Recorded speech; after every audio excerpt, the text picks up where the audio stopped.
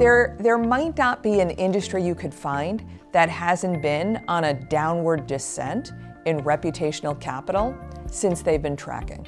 I think it's clear from many data sets. One place you could look is Harris Interactive. It's a subsidiary of Nielsen. They track individuals' feelings towards industries and companies.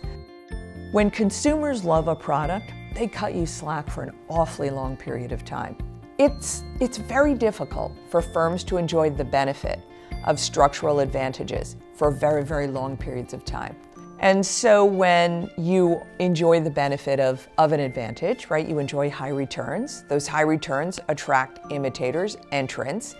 Entry comes in and structural advantages become very difficult to sustain. When we're under siege, one path we could take is we could innovate. We could make our product better, and we can make it less likely we have to drop price in response to competitors. But that's kind of a high bar. A lower bar is cutting costs.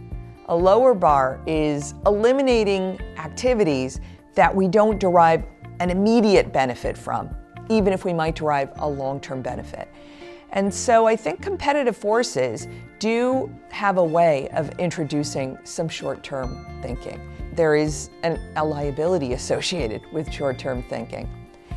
I think this liability is bigger in the face of social media.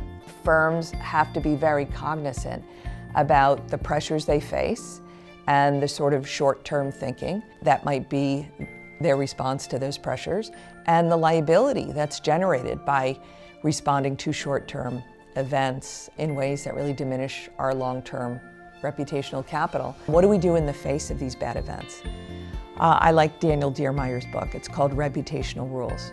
It's excellent and structured, and I'll share with you what Daniel would say. We want to be convinced the individual talking to us wants us to know as much as they can tell us and give us a timeline for when we'll know more. We want to know that they have within the organization an understanding of the problem and they get it, and then they help us get it. We kind of understand like why this is happening, and then we want change, right? We want the organization to make a commitment to reduce the problem, eliminate the problem entirely, and we want that commitment to seem really real to us. I think we're pretty good at reading whether the idea for eliminating the problem is plausible. And then finally, we're very forgiving when we actually see a human reaction to the events.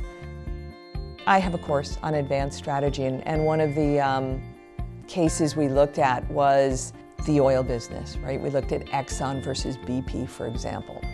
And what we found is prior to the Deep Horizon oil spill, BP had hundreds of OSHA violations. At the same time, they had a very effective campaign to sort of like put a nice face on BP. And so the impression of people was pretty positive towards BP. And you take a firm like Exxon, much more neutral towards Exxon. So Deep Horizon comes along.